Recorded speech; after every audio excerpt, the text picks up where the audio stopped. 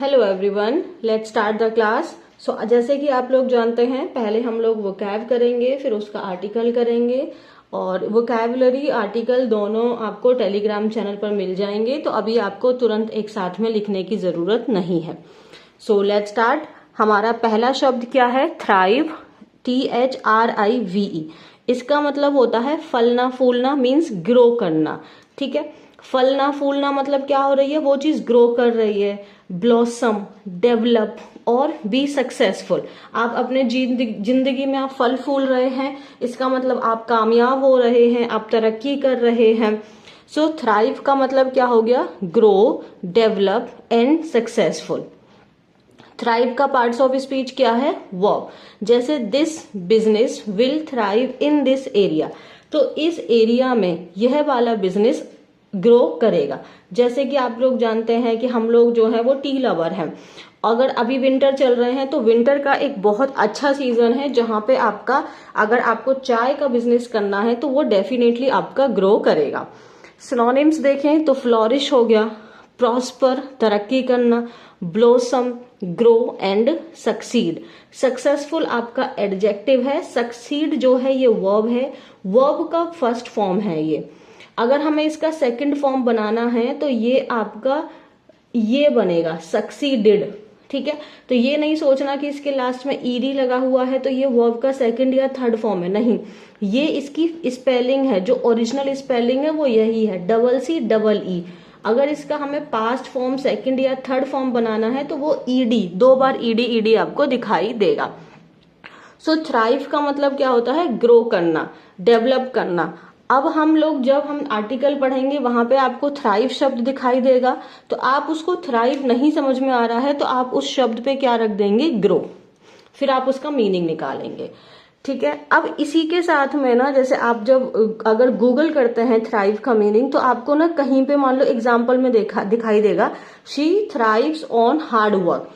अब यहाँ पे का क्या मतलब हुआ? शी थ्राइव्स ऑन हार्डवर्क का मतलब ये ना एक आपका थ्राइव के साथ में ऑन लग के ये फ्रेजल वर्ब बन जाता है।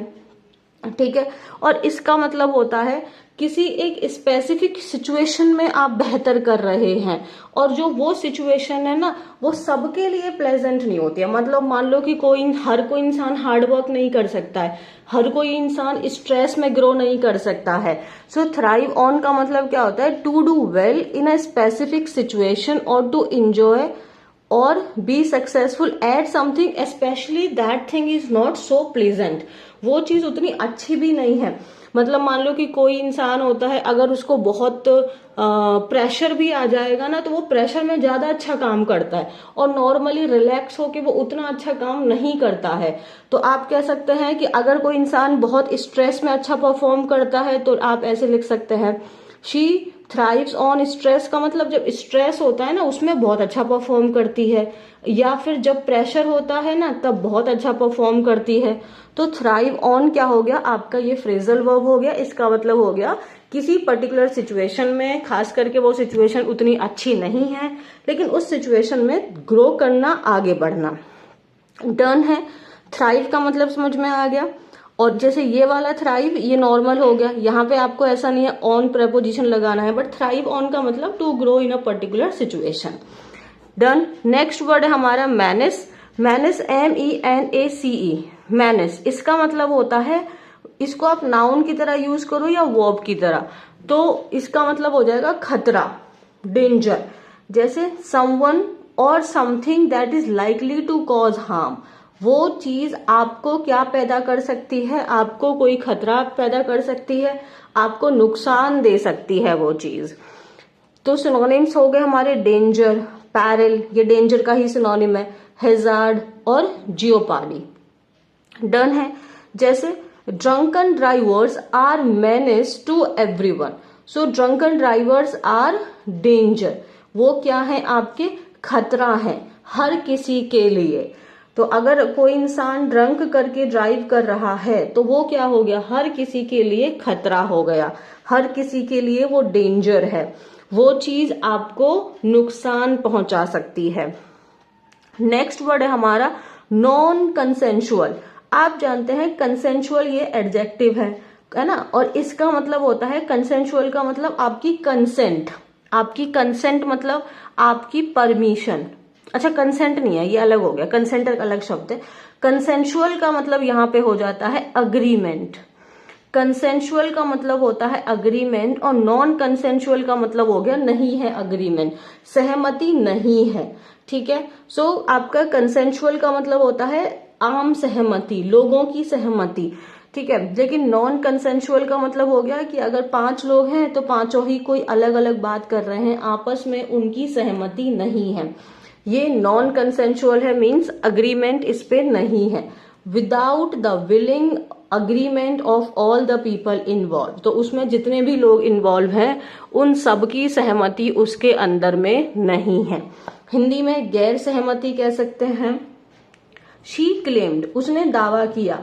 जो डिवोर्स हुआ था ना वो नॉन कंसेंशुअल था, मतलब उसमें उसकी सहमति नहीं थी, उसकी परमिशन नहीं थी।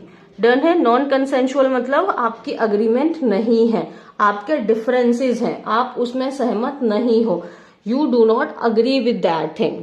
डन। नेक्स्ट क्या है हमारा इंटीमेट। इंटीमेट आप लोग जानते होंगे, जैसे इंटीमेट रिलेशनशिप्स होते हैं, तो अगर हम किसी रिलेशन को इंटीमेट रिलेशन कह रहे हैं तो इसका मतलब वो बहुत क्लोज रिलेशनशिप है, बहुत प्राइवेट और बहुत पर्सनल टाइप की वो चीज है।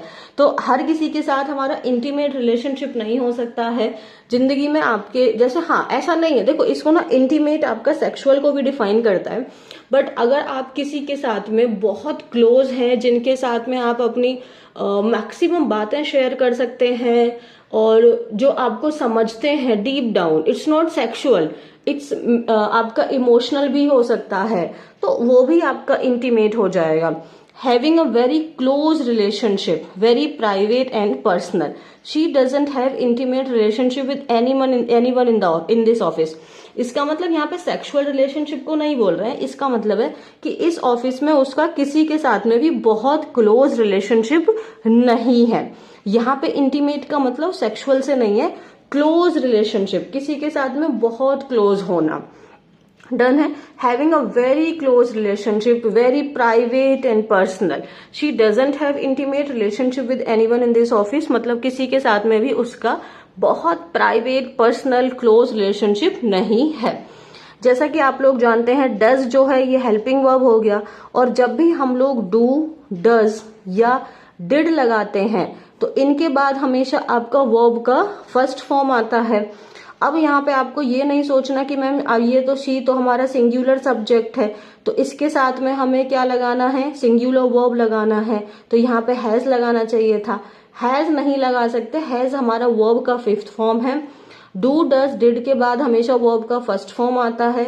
हैव हमारा वर्ब का फर्स्ट फॉर्म है, देखो हैव फर्स्ट फॉर्म है आपका, सेकंड और थर्ड फॉर्म जो है वो हैड है। डन है। और जो आपका फोर्थ फॉर्म है वो हैविंग है, और जो हमारा फिफ्थ फॉर्म है वो हैज है। अगर हमें इसी सेंटेंस को पॉजिटिव बनाना होता कि इस ऑफिस में उसका क्लोज रिलेशनशिप है, तो फिर हम प्रेजेंट में बोल रहे हैं तो डज नहीं आएगा, सिंपली हम यहाँ पे बुला देंगे she has intimate relationship in this office. ठीक है, तो अगर हम ये चीज याद रखना है कि डू, डज, डिड के बाद हमेशा वर्ब का फर्स्ट फॉर्म आता है। डू, डज को आपने ऑलरेडी अपने सब्जेक्ट के अकॉर्डिंग लगा ही दिया है, ठीक है, तो फिर उसके बाद जो भी हम वर्ब लगाएंगे वो फर्स्ट फॉर्म लगाएंगे, वो अकॉर्डिंग टू सब्जेक्ट, फिर आपको नहीं सोचना है। डन यहाँ तक। नेक्स्ट वर्ड है हमारा वल्नरेबल। वल्नरेबल का पार्ट्स ऑफ स्पीच एडजेक्टिव है। वल्नरेबल का मतलब होता है कि आप ना अभी ऐसे स्टेज पे हैं जब आप बहुत कमजोर हैं, और या आप इमोशनली, फिजिकली आपको हर्ट किया जा सकता है आसानी से। ठीक है, तो ऐसी स्टेज को वल्नरेबल स्टेज कहते हैं। जैसे आपके बच्चे होते हैं वो वल्नरेबल होते हैं। इवन अगर हम एक बात बोले, हर एज में हम लोग कहीं ना कहीं किसी एक पॉइंट पे वल्नरेबल होते ही हैं।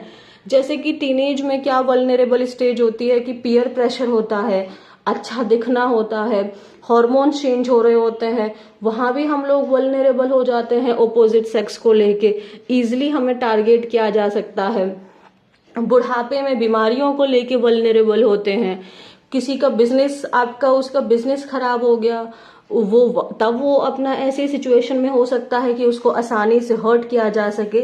सो वल्नरेबल का मतलब ये नहीं है कि उसको चोट लगी हुई है, फिजिकली चोट की जरूरत नहीं है, मतलब वो इमोशनली भी तो वीक हो सकता है ना।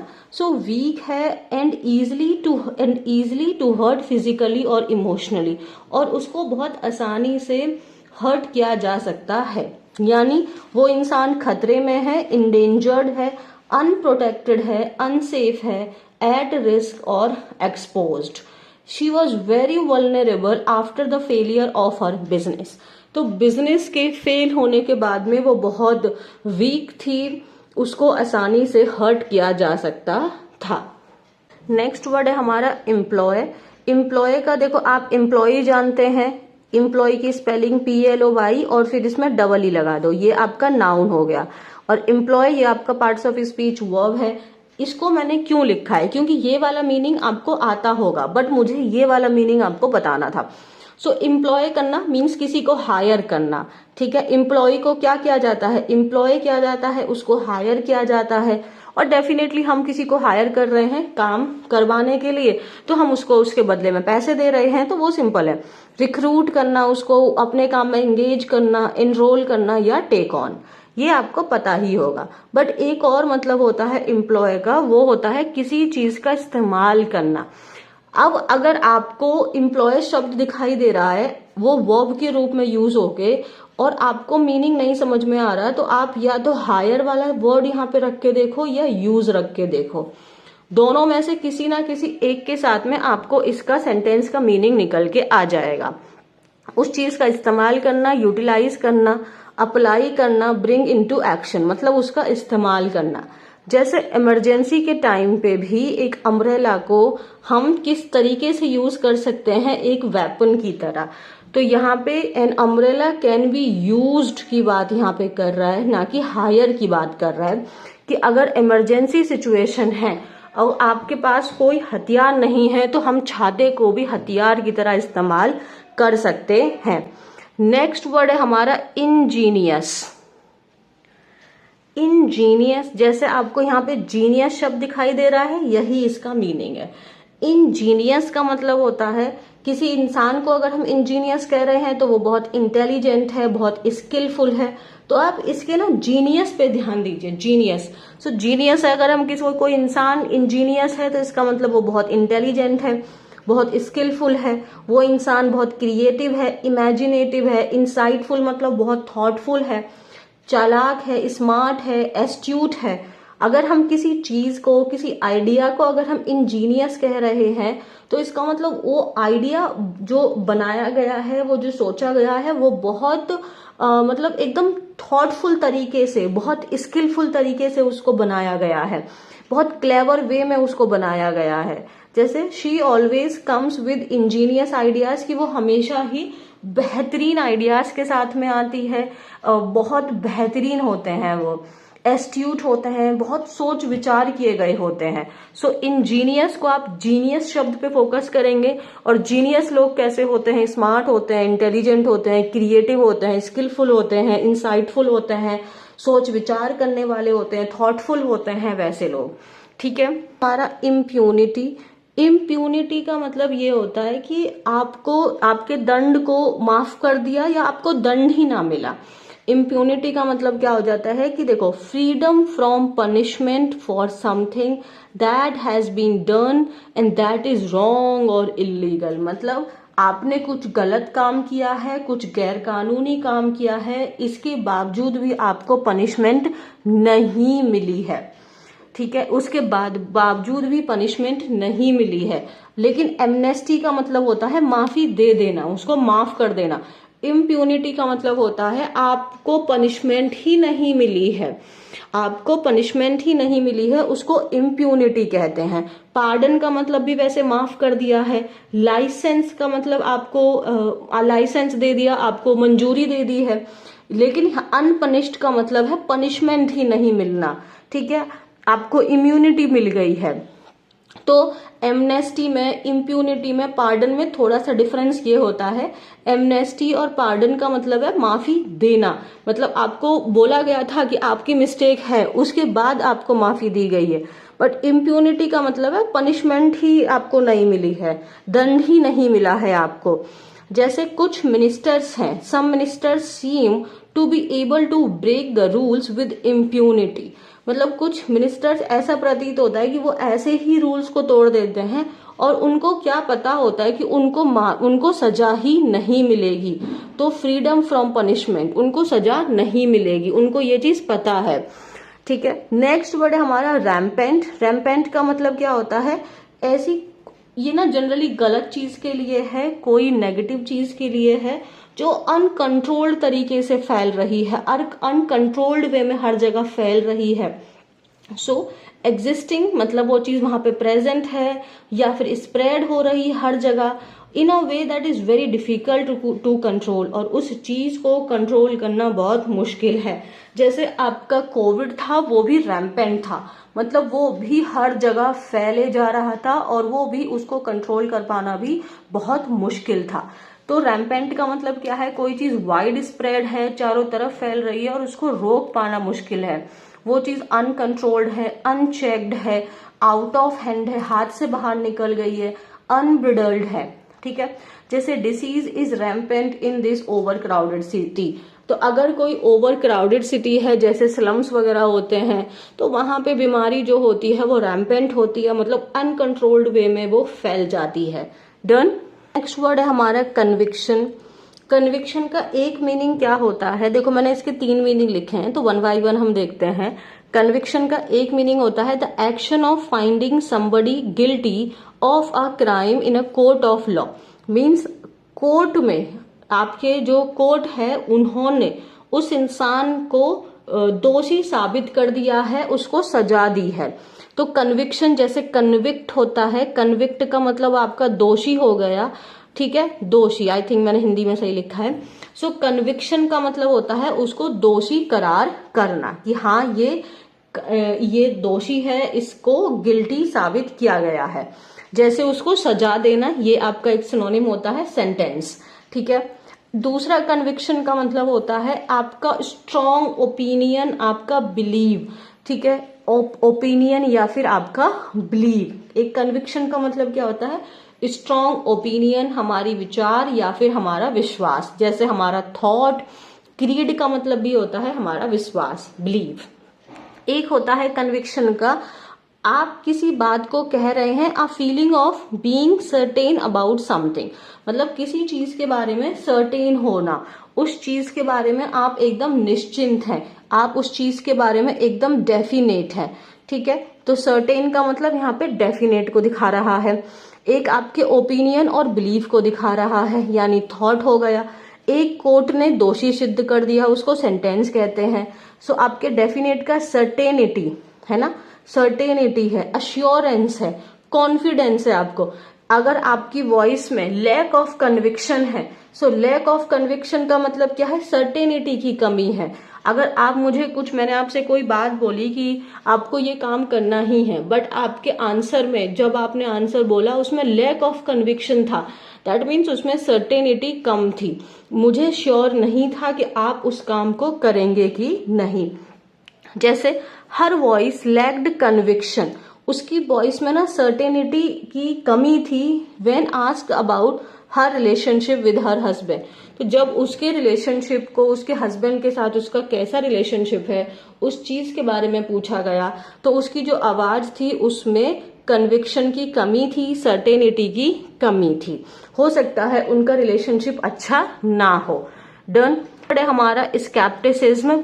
स्केप्टिसिज्म जो है, एक होता है सिनिकल, जिसको हम कहते हैं, सिनिकल आपका एक अलग होता है और स्केप्टिसिज्म एक अलग है। सिनिकल जो लोग होते हैं, वो लोग हमेशा ही नेगेटिव होते हैं, वो हर किसी के ऊपर डाउटफुल होते हैं, और ये पैसिमिज्म वाले लोग होते हैं, पैसिमिस्टिक वाले लोग। और लेकिन जो स्केप्टिसिज्म का मतलब होता है कि आपको जो भी इंसान बात बोल रहा है, आप उसको तुरंत विश्वास नहीं कर लेंगे। आपके मन में एक क्वेश्चन आएगा जनरली आता है, मैं तो बहुत क्वेश्चन पूछती हूँ, बट इसका मतलब ये नहीं है कि I am negative about it, I am curious to know this thing and I am not like कि okay you are saying and I believe, like मुझे सीखना है, मुझे पूछना है, तो क्वेश्चंस अराइज होंगे ही होंगे। तो स्केप्टिसिज्म का मतलब होता है आपका जो नेचर है वो क्वेश्चनेबल है, मीन्स क्वेश्चनेबल मीन्स आप लोगों से क्वेश्चन पूछने का एटीट्यूड है आपका, ठीक है। An attitude that shows you doubt whether something is true और यूजफुल। तो अगर सपोज करो मुझसे किसी ने कुछ प्रोडक्ट मांगा मेरी फैमिली में से, अब मैं पूछूंगी क्यों चाहिए भाई, जस्ट आपको फन के लिए, फ्लैक्स के लिए, देन आई कांट ना, बट उन्होंने बोला कि okay I want this and this and this and then they have given me the perfect reason, then only I allow them. और इफ समबडी सेइंग कि मान लो मेरा भाई कुछ कह रहा है कि वहां पे पार्टी है, मैं उसकी बात को बिलीव करने से पहले उससे क्वेश्चंस पूछूंगी। So my attitude is type of questionable, like I'm asking question, I'm not like कि okay तुम बोल रहे हो तो सब सही होगा। तो स्केप्टिसिज्म एटीट्यूड कैसा होता है जिसमें हमारे दिमाग में डाउट्स होते हैं कि ये जो सच है ना, पक्का कंफर्म है ना ये बात, so something that is true और यूजफुल। जैसे these claims were treated with scepticism, इसका मतलब कि अगर आप कोई दावा कर रहे हैं और उन दावों को किस तरीके से ट्रीट किया जाता है स्केप्टिसिज्म के साथ में, इसका मतलब लोगों ने उस पर क्वेश्चंस पूछे हैं। यहाँ पे नेगेटिव नहीं है ये टोन, स्केप्टिसिज्म नेगेटिव नहीं है। हाँ, सिनिकल का मत ये नेगेटिव हो जाता है कि हम नेगेटिव ही लेके चल रहे हैं, ये डिफरेंस है, इसको समझना हमें जरूरी है। नेक्स्ट वर्ड है हमारा प्रेसिंग। प्रेसिंग का पार्ट्स ऑफ स्पीच एडजेक्टिव है। इसका मतलब है कोई चीज अर्जेंट है, कोई चीज बहुत इंपॉर्टेंट है, जरूरी है उसको तुरंत डील करना। जैसे वो चीज अर्जेंट है, हमने एक और क्लास में पढ़ा था, इम्पेरेटिव का मतलब भी अर्जेंट था, क्रूशियल है, सीरियस है, ग्रेव है। ग्रेव का मतलब क्या हो गया, सीरियस है वो चीज। So there are many pressing issues to be dealt, मतलब बहुत सारे अर्जेंट इश्यूज हैं जिनको हमें डील करना है। तो ये रही हमारी वोकैबुलरी, और अब हम लोग अपना आर्टिकल स्टार्ट करते हैं। आई होप आपको वोकैब समझ में आ रही है। अच्छा, मैं आपको ना एक सजेशन देना चाहूंगी। अब अगर आपको वोकैब लर्न करनी है तो आप क्या करिए, देखो जैसे मैंने है ना आपको जो आर्टिकल टेलीग्राम पे भेजा है, अब जब ना ये वाला आपने पूरा वोकैब पढ़ लिया, आर्टिकल पढ़ लिया, ये सब हो गया, अब आपको चेक करना है कि मुझे वोकैब लर्न हुई कि नहीं। उसी आर्टिकल को आप ना दोबारा से रीड करने शुरू करिए, ठीक है। और वोकैबुलरी को अगर आप अपने साथ में लिख रहे हैं तो इससे अच्छा और क्या हो सकता है। तो जब आप उस आर्टिकल को रीड कर रहे हैं तो आप जो शब्द उसमें आता चला जाएगा, जो हम वोकैब करे हैं वो उसी आर्टिकल में से है। तो अगर वो आप आर्टिकल को रीड करते हुए वो शब्द का मीनिंग आपको पता चल गया तो इसका मतलब वो वोकैब आपको लर्न हो चुकी है। समझ में आ रही है। सो वोकैब लर्न करने का एक सिंपल तरीका ये भी आप कर सकते हैं कि जब आप अपने आप उस आर्टिकल को रीड करें तो आप देखते चलें कि हाँ ये शब्द मेरा क्लियर है, ये शब्द का मीनिंग मैंने निकाल लिया, और जिस शब्द पे अटके उसी शब्द को आप जाके एक बार रीचेक कर लीजिए। तो इससे आपको वोकैब लर्न होने लग जाएगी। ये एक मेरा सजेशन है, इसको जरा आप फॉलो करके देखिए। अगर ये हेल्प करता है तो फिर मुझे बताना, है ना, नहीं करता है तो भी मुझे बताना। चलो आर्टिकल शुरू करें। सो आज का हमारा जो आर्टिकल है वो हमारा एडिटोरियल है द हिंदू में से। ये है हमारा new crimes old tools. Crime नए हो रहे हैं लेकिन जो हम टूल्स यूज कर रहे हैं वो पुराने ही हैं, ठीक है। अब देखें, fraudsters thrive when they do not fear prosecution, they must be put on notice. Fraudsters thrive, thrive का मतलब ग्रो था। तो जो आपके फ्रॉड करने वाले हैं वो कैसे ग्रो करते हैं, कब वो लोग बढ़ते हैं, when they do not fear, जब उनको डर ही नहीं है किसी प्रोसिक्यूशन का, मतलब उनको डर ही नहीं है किसी कार्यवाही का, तब जो आपके फ्रॉडस्टर्स हैं वो ग्रो करते हैं। And they must be put on notice, की मतलब हम, लेकिन अब हमें उनको इस चीज को नोटिस पे डालना होगा कि उनको देखा जा रहा है, उनको चेक किया जा रहा है। सो जो आपके फ्रॉडस्टर्स होते हैं वो कैसे ग्रो करते हैं, When they do not fear prosecution, जब उनको प्रोसिक्यूशन का कोई डर ही नहीं है तो वो लोग ग्रो करते हैं। आगे देखते हैं। At the conference of director generals of police last weekend, at the conference, कहाँ पे, कॉन्फ्रेंस में। किसकी कॉन्फ्रेंस थी, डायरेक्टर जनरल्स ऑफ पुलिस की, last weekend. Then Prime Minister Narendra Modi addressed the growing menace of cybercrime in India. सो जो prime minister हैं नरेंद्र मोदी जी, उन्होंने address किया, बातचीत की। एड्रेस यहाँ पे ये वर्ब की तरह है, वार्तालाप करना, बातचीत करना, उस पॉइंट को कन्फ्रंट करना। जो ग्रोइंग मैनेस, यहाँ पे ये ग्रोइंग क्या है, ये आपका यहाँ पे आपका प्रेजेंट पार्टिसिपल है, एडजेक्टिव की तरह काम कर रहा है। मैनेस आपका नाउन हो गया, डेंजर हो गया। Growing danger of cyber crime in India. So prime minister Narendra Modi ji ने जो ये साइबर क्राइम का जो खतरा है, जो ये फ्रॉड है, ये जो बढ़ रहे हैं, इस टॉपिक के ऊपर उन्होंने बात की, इसके खतरे को लेकर उन्होंने बात की, खास करके डिजिटल फ्रॉड्स को लेके and non consensual intimate deep fakes. अब डिजिटल फ्रॉड्स तो आप जानते ही हैं, हमने एक और वीडियो में डिजिटल फ्रॉड्स के बारे में बात की थी, उसमें हमने डिजिटल अरेस्ट के बारे में बात की थी। Non consensual intimate deep fakes का मतलब आप जानते हैं, जैसे कि आई थिंक रश्मिका की शायद फोटो थी और उसको मॉप कर दिया गया था किसी और के साथ में। तो नॉन कंसेंशुअल मीन्स आपका अग्रीमेंट नहीं है और आपकी किसी प्राइवेट फोटो के साथ में किसी और पर्सन का फेस लगा दिया गया, ठीक है। अनलाइक ट्रेडिशनल क्राइम्स लाइक पेटी theft, organized digital frauds are not merely the work of financially desperate individuals. Unlike मतलब इस चीज के विपरीत, इस चीज से अलग, जो आपके ट्रेडिशनल क्राइम्स के विपरीत। ट्रेडिशनल क्राइम्स कैसे थे? पेटी थेफ्ट, पेटी मतलब मामूली सी, नॉर्मल सी चोरियां हुआ करती थी। लेकिन अब ये जो ऑर्गेनाइज्ड डिजिटल फ्रॉड्स हैं, ये सिर्फ मेयरली मीन्स ओनली, ये सिर्फ कोई फाइनेंशियल डेस्पिरेट इंसान का नहीं है कि चोरी चोरी इंसान क्यों कर रहा है, क्योंकि उसको पैसे की जरूरत है। सपोज उसको पैसे की जरूरत है, उसने चोरी कर ली, आपका पर्स मार लिया। लेकिन जो ये आपके डिजिटल फ्रॉड्स हो रहे हैं, ये सिर्फ पैसे, थोड़े मोड़े पैसे की वजह से नहीं है। आप जानते हैं इसका पूरा का पूरा पढ़ाई लिखाई आपको प्रिपेयर्ड किया जा रहा है इसके लिए। They represent a new class of criminals equipped with a variety of tools. ये चीज किस चीज को रिप्रेजेंट करती है? एक नई क्लास ऑफ क्रिमिनल्स की आ रही है। वो लोग किससे भरे हुए हैं, किससे वो पूरे इक्विप्ड विद का मतलब किसी चीज से आप लेस होना, उससे भरे हुए होना, वो चीज आपके पास कंप्लीटली है, ठीक है। वेराइटी ऑफ टूल्स, उनके पास अलग अलग टाइप के टूल से वो लोग इक्विप्ड हैं। Vulnerable telecom infrastructure ill prepared for the overwhelming volume of calls and messages from malicious fraudsters. Vulnerable telecom infrastructure, हमारा टेलीकॉम इंफ्रास्ट्रक्चर पुराना ही है, पुराने ही मेथड्स पे वर्क कर रहा है, तो वो कैसा हो गया है? वीक हो गया है, उसको आसानी से टारगेट किया जा सकता है। Ill prepared for the overwhelming, overwhelm का मतलब होता है भर जाना, किसी चीज से भर जाना। ओवरवेलम आप किसी तरीके के इमोशन से हो सकते हैं, जैसे आप गुस्से से ओवरवेलम हो सकते हैं, प्यार से ओवरवेलम हो सकते हैं।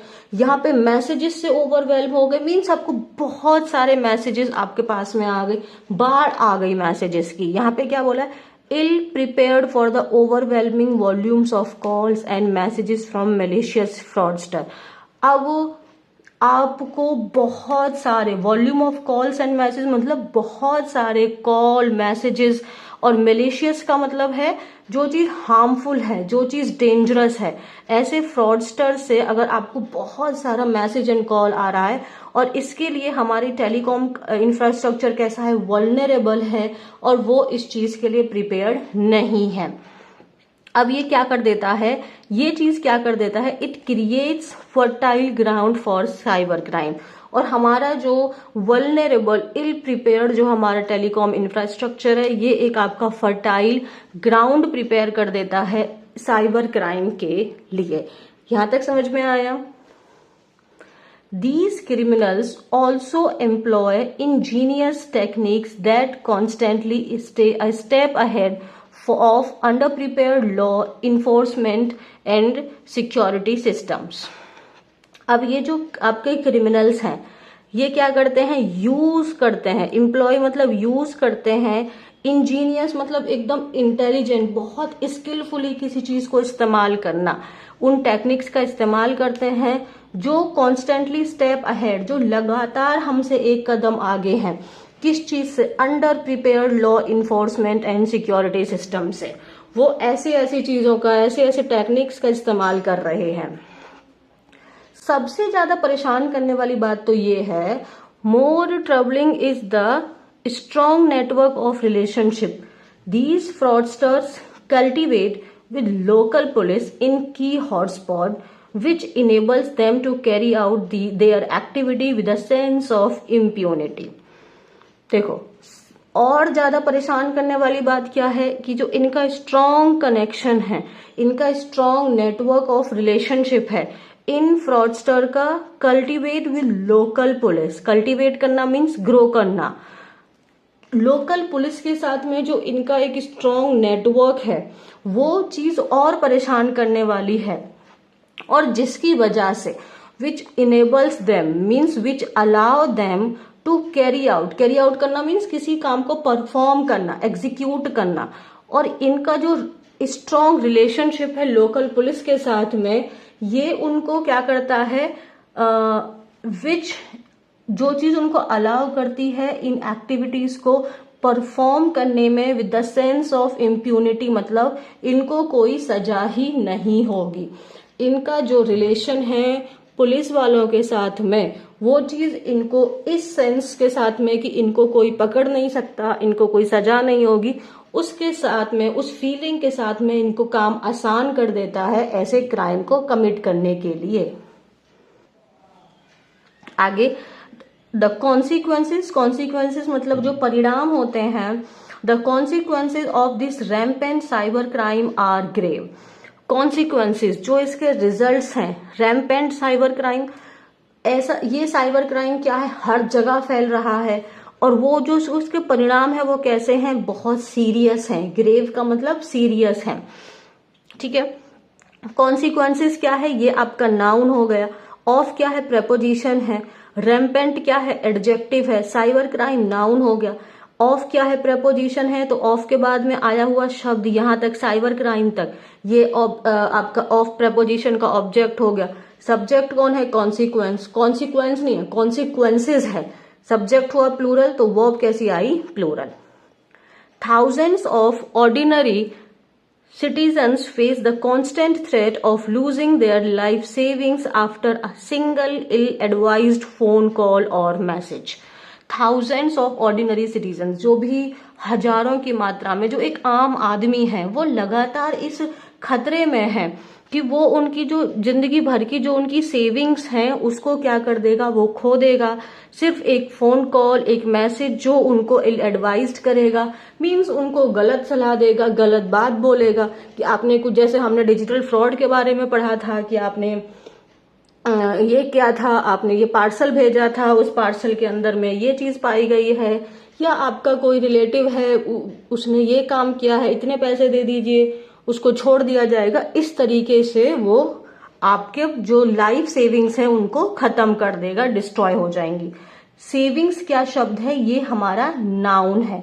जैसे हम जो सेविंग्स अकाउंट खुलवाते हैं, वो सेविंग अकाउंट नहीं होता, सेविंग्स अकाउंट होता है, ठीक है। इसीलिए ये चीज बहुत इंपॉर्टेंट है। The highest level of government are addressing this critical issue and pushing for action from those most equipped to combat it।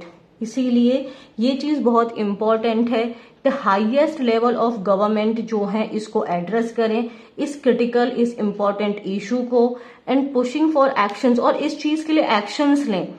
From those most equipped, अब हम किसके खिलाफ लड़ रहे हैं, वो उन लोगों के पास जिनके पास बेहतरीन टेक्नोलॉजी का इस्तेमाल कर रहे हैं। टू कॉम्बैक्ट, कॉम्बैक्ट करना मीन्स फाइट करना। But talk alone will not solve the problem, लेकिन सिर्फ बात करने से ही प्रॉब्लम नहीं सॉल्व होगी। It is important, it is crucial to pursue aggressive prosecutions with the integrity, transparency and wide publicity. क्या चीज जरूरी है, परस्यू करना मीन्स किसी काम को कंटिन्यू करना, कि हम इन चीजों को बहुत अग्रेसिव तरीके से हम इस चीजों को आपके प्रोसिक्यूट करें, इंटीग्रिटी के साथ में एकदम ट्रांसपेरेंसी बनाए रखें, और इसको हम जितनी ज्यादा हो सकता है लोगों में इसको पब्लिक करें, उनको अवेयरनेस हम इस चीज के रिगार्डिंग फैलाएं। The growing number of these criminals is both a threat and an opportunity. आप जानते हैं द नंबर ऑफ, जब भी आपको, ये आपका ग्रामर का रूल है, जब भी हम द नंबर ऑफ बोलते हैं, द नंबर ऑफ बॉयज, तो आपका जो वर्ब आएगा वो सिंगुलर आएगा। द नंबर का मतलब हो गया डेफिनेट नंबर की बात कर रहे हैं, तो वर्ब हम सिंगुलर लेंगे। बट अगर हम अ नंबर बोलेंगे तो फिर हमारे जो वर्ब आएगी वो प्लूरल आएगी। अब यहाँ पे ग्रोइंग का मत देखना, यहाँ पे क्या है, the number of these criminals, कि इन क्रिमिनल्स का जो नंबर है वो एक थ्रेट भी है, हमारे लिए खतरा भी है, और हमारे लिए एक अपॉर्चुनिटी भी है। देखें खतरा और अपॉर्चुनिटी कैसे है। While their continued operations reflect poorly on the law enforcement and public safety apparatus। अब देखो इनका जो लगातार इनके जो बढ़ रहे हैं, इससे क्या कर रहा है, ये कैसे रिफ्लेक्ट कर रहा है, poorly. Poorly, please mark the word, poorly is not your adverb, it is your adjective. Reflect, no no no no no no no no no, reflect how, तो रिफ्लेक्ट हाउ का आंसर दे रहा है ना, तो ये तो आपका एडजेक्टिव एडवर्ब हो गया। पुअरली यहाँ पे एडवर्ब का काम कर रहा है, it will reflect poorly on me, इसका मतलब वो नेगेटिव है। सॉरी, रिफ्लेक्ट वर्ब को मॉडिफाई कर रहा है, और वर्ब को मॉडिफाई कर रहा है तो वो एडवर्ब है। On the law enforcement and public safety apparatus, मतलब जो इनमें जो इनके कंटिन्यू जो बढ़ते जा रहे हैं, ये चीज लॉ इन्फोर्समेंट और पब्लिक सेफ्टी के ऊपर में ये गलत तरीके से आपका रिफ्लेक्ट कर रहा है। It also provides a window for significant breakthroughs, लेकिन इसके साथ साथ में ये हमें एक अपॉर्चुनिटी देता है, significant breakthrough. Significant breakthrough का मतलब होता है एक बहुत बड़े अचीवमेंट की इन्वेस्टिगेशन में, एंड सक्सेसफुल कन्विक्शन, कि हम लोगों के जो बिलीव्स हैं उनको हम और स्ट्रॉन्ग कर सकें। Holding these fraudsters accountable sends an important message. Holding these fraudsters accountable, accountable मतलब जिम्मेदार। अगर हम इन फ्रॉडस्टर्स को पकड़ पा रहे हैं, इनको जिम्मेदार ठहरा पा रहे हैं, तो ये एक बहुत इंपॉर्टेंट मैसेज हमारी जो पब्लिक है वहां तक पहुंचाता है कि this is not a simple call centre job, कि ये सिर्फ एक सिंपल कॉल सेंटर जॉब नहीं है विद क्वेश्चनेबल एथिक्स, जिसमें सिर्फ आपसे कुछ क्वेश्चंस पूछे जा रहे हैं, लेकिन ये एक सीरियस क्राइम है that is not worth the risk. इसके लिए ये एक जो आपको फोन कॉल आया है, ये कोई एक सिंपल कॉल सेंटर से आपसे कुछ क्वेश्चंस पूछने के लिए नहीं आया है। जैसे मान लो हमारी जो सिम वगैरह होती हैं उससे रिलेटेड क्वेश्चंस पूछते हैं, उस टाइप का नहीं है ये एक सीरियस क्राइम है, और ये it is not worth the risk, मतलब इसके लिए ये जो खतरा है वो लेना सही नहीं है, वर्थ इट नहीं है। Public awareness is another powerful tool in combating cyber crime, और पब्लिक अवेयरनेस जो है वो एक दूसरा एक बहुत स्ट्रॉन्ग माध्यम है, एक टूल है इस साइबर क्राइम को से लड़ने में। Cyber fraudsters constantly evolve their methods and adopt new personas to deceive unsuspecting victims. ये जो आपके जो साइबर फ्रॉडस्टर्स हैं, ये लगातार नए मेथड्स को यूज करते हैं, इवॉल्व करते हैं, और नए नए मेथड्स को अडॉप्ट करते हैं। टू डिसीव का मतलब है टू चीट। कैसे लोग, अनससेप्टिंग का मतलब क्या आता है, अनडाउटफुल है, ये ऐसे ही विक्टिम को पकड़ेंगे जो आपसे ज्यादा कोई क्वेश्चन नहीं पूछ रहा है, आप पे डाउट नहीं कर रहा है, ऐसे विक्टिम्स को ये पकड़ते हैं। Alerting the public repeatedly, creatively and patiently that they are at risk of losing money to fraudsters is an essential policy intervention. लेकिन अगर हम आम जनता में बार बार ये बात बोलेंगे कि आपको अगर कोई आपसे आपके अकाउंट डिटेल्स मांग रहा है, वो नहीं भेजनी है, तो उनके ब्रेन में ये बात पहुंच जाएगी और इस बात को वो अपनी लाइफ में अप्लाई करने लगेंगे। तो इसके लिए हमें क्या करना होगा, पब्लिक को अलर्ट करना होगा बार बार अलग अलग क्रिएटिव तरीके से, और पेशेंट के साथ में आपको शांति रखनी होगी। A little healthy skepticism could prevent many people from falling prey to आपके scams. A little healthy skepticism, skepticism मतलब questionable attitude, कि आप लोगों से सवाल पूछ रहे हैं, वो कोई कुछ कह रहा है तो आप हाँ हाँ नहीं भरे जा रहे हैं, आप पूछ रहे हैं ऐसा क्यों है, ऐसा क्यों है, ऐसा तो नहीं है, ऐसा तो नहीं है, आप उससे क्वेश्चन पूछ रहे हैं। तो अगर थोड़ा सा आपके अंदर ना ये डाउटफुल लेकर आप आ रहे हैं, डाउटफुलनेस आप अपने अंदर क्रिएट कर रहे हैं, तो ये आपको रोक सकती है ऐसे बहुत सारे स्कैम में फंसने से। यहां तक ठीक है। As the government pushes for universal banking and greater access to digital services, it is crucial that these advances do not become vulnerabilities for ordinary people. यहाँ तक जैसे कि आपकी जो गवर्नमेंट है वो हमको, आप जानते हैं आजकल तो मैक्सिमम हम सब लोग डिजिटल हो गए हैं, कैश निकाले तो पता नहीं बरसों हो जाते हैं, सारा कुछ फोन से ही आके पैसा आके और फोन में ही वो खत्म हो जाता है। तो हम लोग क्या हो गए हैं, यूनिवर्सल बैंकिंग डिजिटल सर्विसेज की तरफ हम हो रहे हैं, greater access to digital services. ऐसे में ये बहुत इंपॉर्टेंट है, बहुत क्रिटिकल है कि ये जो एडवांस हम हो रहे हैं ये हमें कमजोर ना बना दे, ये हमें वीक ना बना दे, हमें ये इजी टारगेट ना बना दे ऐसे साइबर क्राइम्स के लिए। The issue of non consensual intimate imagery is also pressing. अब नॉन कंसेंशुअल इंटीमेट इमेजरी मतलब किसी और की इमेज को किसी और की इमेज पे लगा के उसको गलत तरीके से रिप्रेजेंट करना, ये भी एक बहुत अर्जेंट इशू है जिसको डील करना है। With advances in artificial intelligence, criminals can now use deep fake technology to place ordinary individuals' face into pornographic content causing great harm. जैसे हमने बोला अब एडवांस हो गया है हमारी आर्टिफिशियल इंटेलिजेंस में, अब क्रिमिनल्स क्या कर सकते हैं, इस डीप फेक टेक्नोलॉजी का इस्तेमाल कर सकते हैं। एक नॉर्मल पर्सन है उसकी फोटो को वो पोर्नोग्राफिक कंटेंट के तरीके से यूज करें और उस इंसान को ब्लैकमेल कर सकते हैं, उसकी इमेज को आपका टार्निश कर सकते हैं। But it is a matter of some comfort that though these crimes are new, the tools to combat them remain familiar, a mix of awareness and preventive measures. लेकिन हमें इतना डरना नहीं है, हमें अवेयर होना है, क्योंकि अगर हम अवेयर हैं तो हमारा 50% तो प्रॉब्लम ऑलरेडी डील हो गई है, राइट। तो सबसे पहले हमें अवेयरनेस ही क्रिएट करनी है। But it is a matter of some comfort है दो ये, लेकिन हाँ सच बात है कि ये जो क्राइम्स हैं नए हैं, but tools to combat to fight them remain familiar. हमारे जो टूल्स हैं वो अभी भी सेम है, क्या है, हमें अवेयर रहना है एंड प्रिवेंटिव मेजर्स। और हमें कैसे मेजर्स अब देखो प्रिवेंटिव का पार्ट्स ऑफ स्पीच क्या हो गया, एडजेक्टिव। प्रिवेंशन क्या होता है, नाउन। प्रिवेंट क्या होता है, वर्ब। मेजर्स क्या है, ये हमारा नाउन है। तो हमें कैसे मेजर्स रखने हैं, कैसी चीजें गतिविधियां होनी चाहिए जो प्रिवेंटिव हो, जिससे हम रोकथाम कर सकें, बचा सकें हम। सो आई होप कि आपको ये क्लास समझ में आई है। वोकैबुलरी और आर्टिकल दोनों क्लियर है। बहुत सारी बहुत अच्छे अच्छे शब्द थे। I really like this article.